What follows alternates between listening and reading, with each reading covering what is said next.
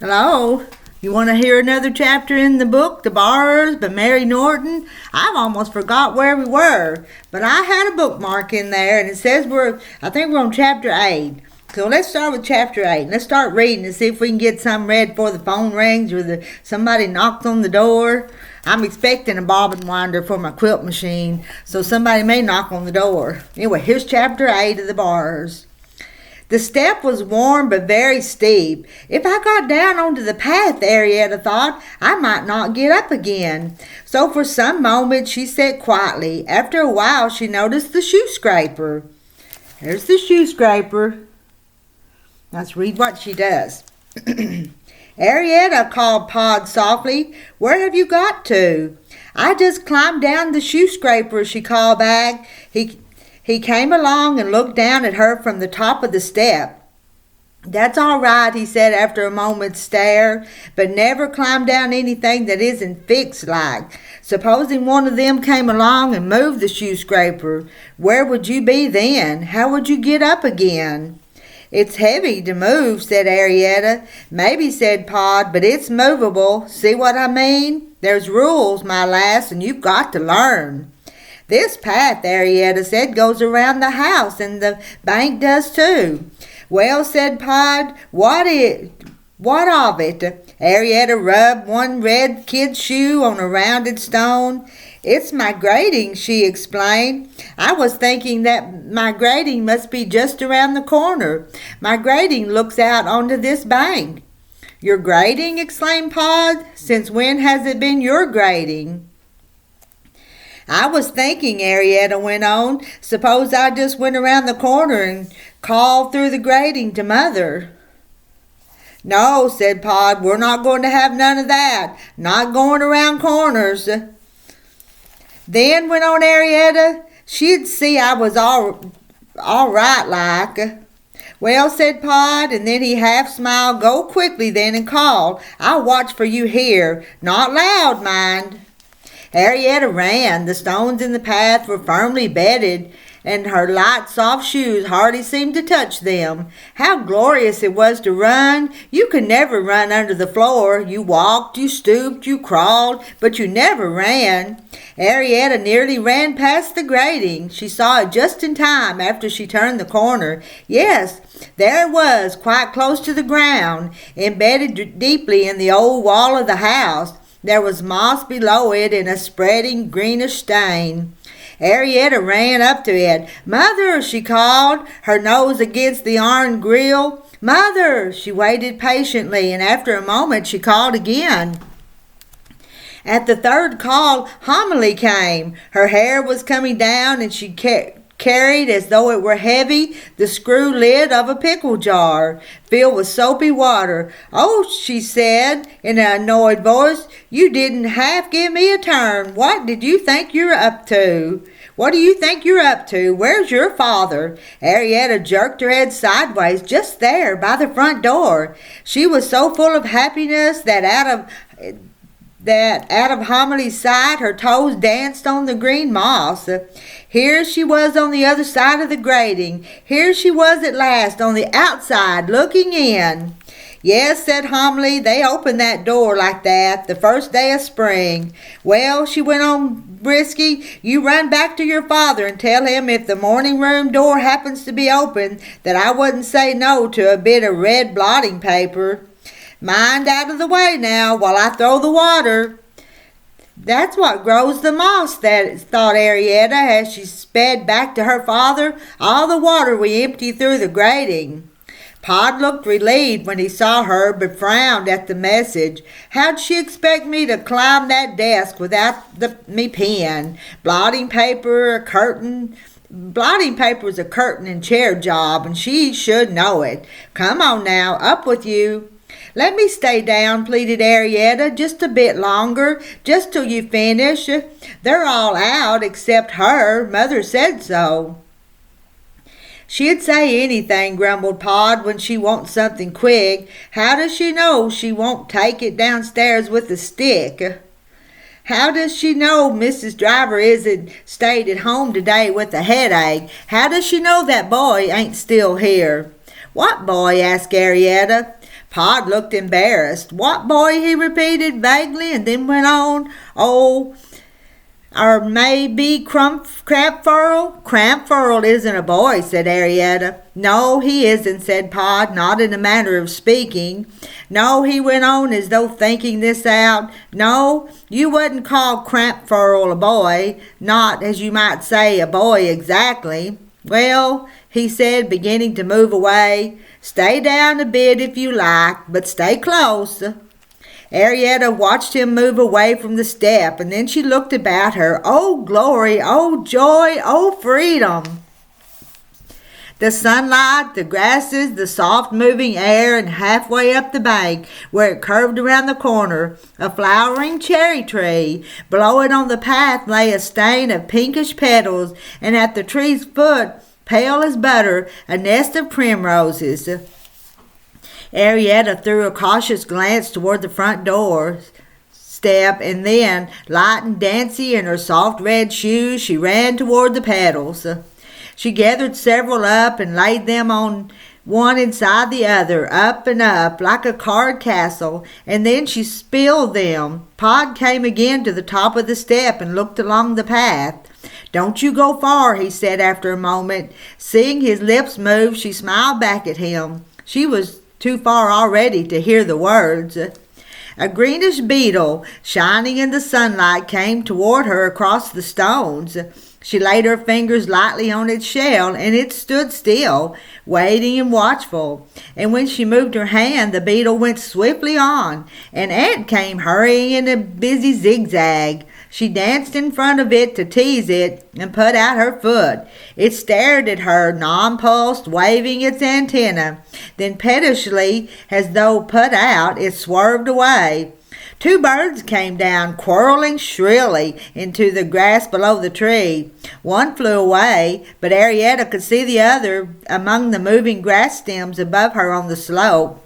Cautiously she moved toward the bank and climbed a little nervously among the green blades. As she parted them gently with her bare hands, drops of water plopped on her skirt, and she felt the red shoes become damp. But on she went, pulling herself up now and again by rooty stems into this jungle of moss and wood violet and creeping leaves of clover. The sharp-seeming grass blades, waist-high, were tender to the touch and sprang back lightly behind her as she passed. When at last she reached the foot of the tree, the bird took fright and flew away, and she sat down suddenly on a gnarled leaf of primrose. The air was filled with scent, but nothing will play with you, she thought, and she saw the cracks and furrows of the primrose leaves held crystal beads of dew. If she pressed the leaf, these rolled like marbles. The bank was warm, almost too warm here within the shelter of the tall grass, and the sandy earth smelled dry. Standing up, she picked a primrose. The pink stalk felt tender and living in her hands and was covered with silvery hairs, and when she held the flower like a parasol between her eyes and the sky, she saw the sun's pale light through the veined petals. On a piece of bark she found a woodlouse, and she struck it lightly with her swaying flower. It curled immediately and became a ball, bumping softly away downhill and amongst the grass roots. But she knew about woodlice. There were plenty of them at home under the floor.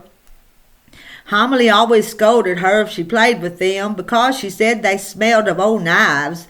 She lay back amongst the stalks of the primroses, and they made a coolness between her and the sun. And then, sighing, she turned her head and looked sideways up the bank amongst the grass stems.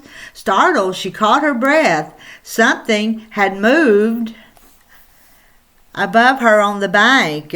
Something had glittered. Arietta stared. Let's go on to chapter 9, because that was chapter 8. It was an eye, or it looked like an eye, clear and bright like the color of the sky, an eye like her own, but enormous, a glaring eye. Breathless with fear, she sat up, and the eye blinked. A great fringe of lashes came curving down and flew up again out of sight. Cautiously, Arietta moved her legs. She would slide noiselessly in amongst the grass stems and slither away down the bank. "Don't move," said a voice, and the voice, like the eye, was enormous, but somehow hushed and hoarse like a surge of wind through the grating on a stormy night in March. Arietta froze. "So this is it," she thought, "the worst and most terrible thing of all. I have been seen. Whatever happened to Eglantine will now almost certainly happen to me." There was a pause, and Arietta, her heart pounding in her ears, heard the breath again drawn swiftly into the vast lungs. "Or," said the voice, whispering still, "I shall hit you with my ash stick." Suddenly, Arietta became calm. "Why?" she asked. How strange her own voice sounded. Crystal thin and harebell clear, it tinkled on the air. "In case," came the surprised whisper at last, "you ran toward me quickly through the grass. In case," it went on, trembling a little, "you came and scrabbled at me with your nasty little hands." Arietta stared at the eye. She held herself quite still. "Why?" she asked again, and again the word tinkled. Icy cold it sounded this time, and needle sharp. "Arietta's been seen." There's a boy laying in the grass looking at her. She's been seen.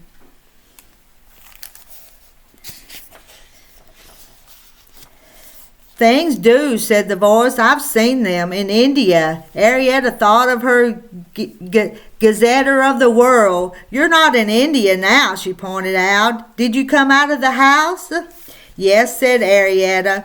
"From whereabouts in the house?" Arietta stared at the eye. "I'm not going to tell you," she said at last bravely. "Then I shall hit you with my ash stick." "All right," said Arietta, "hit me. I'll pick you up and break you in half." Arietta stood up. "All right," she said, and took 2 paces forward. There was a sharp gasp and an earthquake in the grass. He spun away from her and sat up, a great mountain in a green jersey. He had fair, straight hair and golden eyelashes. "Stay where you are," he cried. Arietta stared up at him. So this was the boy. Breathless she felt and light with fear. "I guessed you were about 9, she gasped after a moment. He flushed. "Well, you're wrong. I'm 10. He looked down at her, breathing deeply. "How old are you?" 14, said Arietta. "Next June," she added, watching him.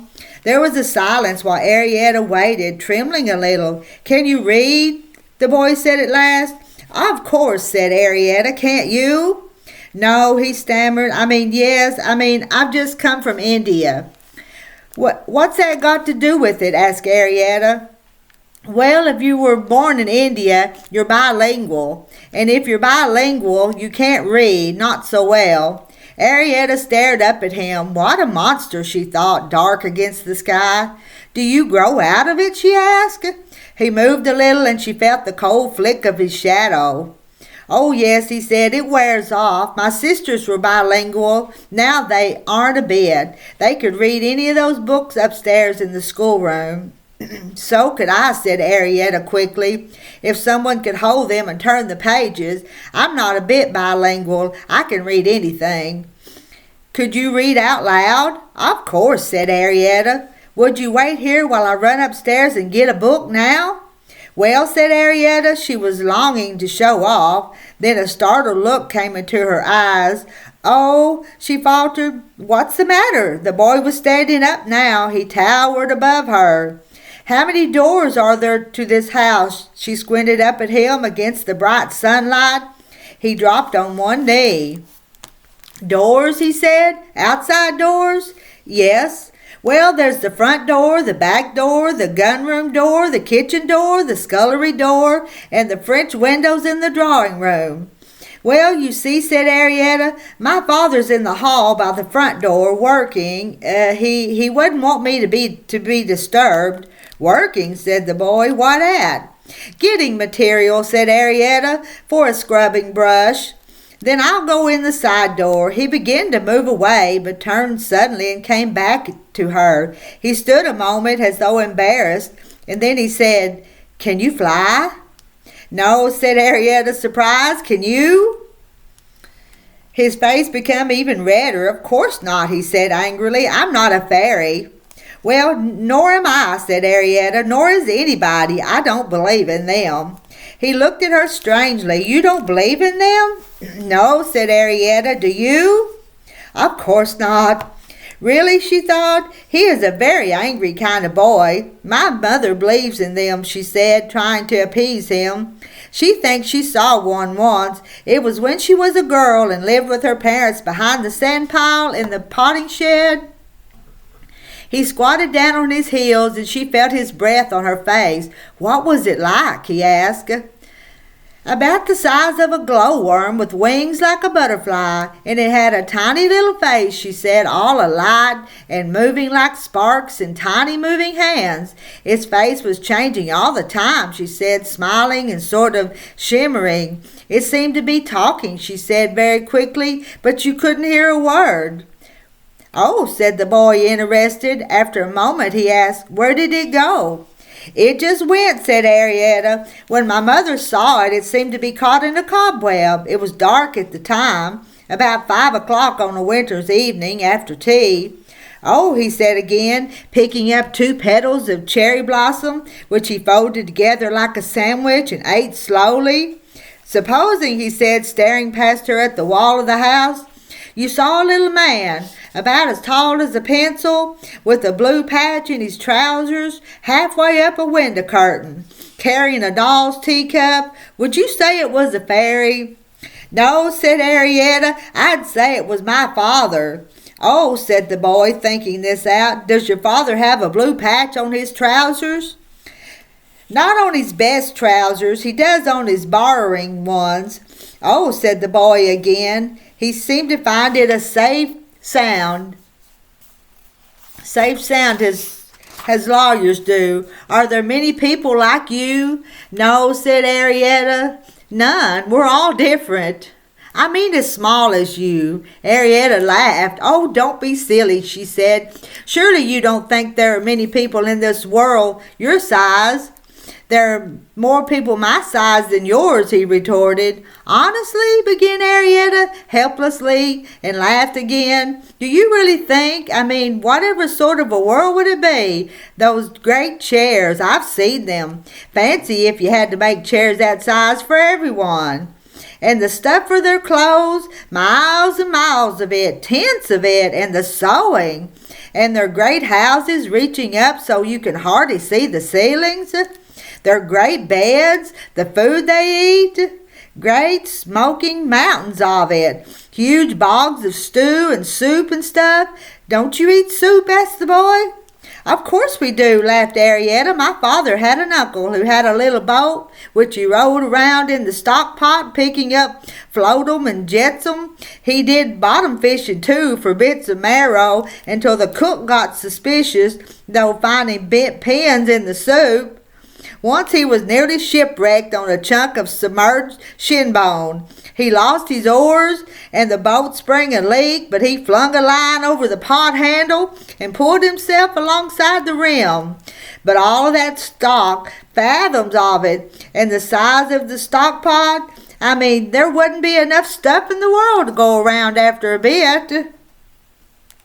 That's why my father says it's a good thing they're dying out. Just a few, my father says. That's all we need to keep us. Otherwise, he says, the whole thing gets." Arietta hesitated, trying to remember the word. "Exaggerated," he says. "What do you mean?" asked the boy. "To keep us." Oh, that's the end of chapter 9. I'll stop here and then we'll do chapter 10. I enjoy this story. I hope y'all do too. And I missed reading it to you for a few days.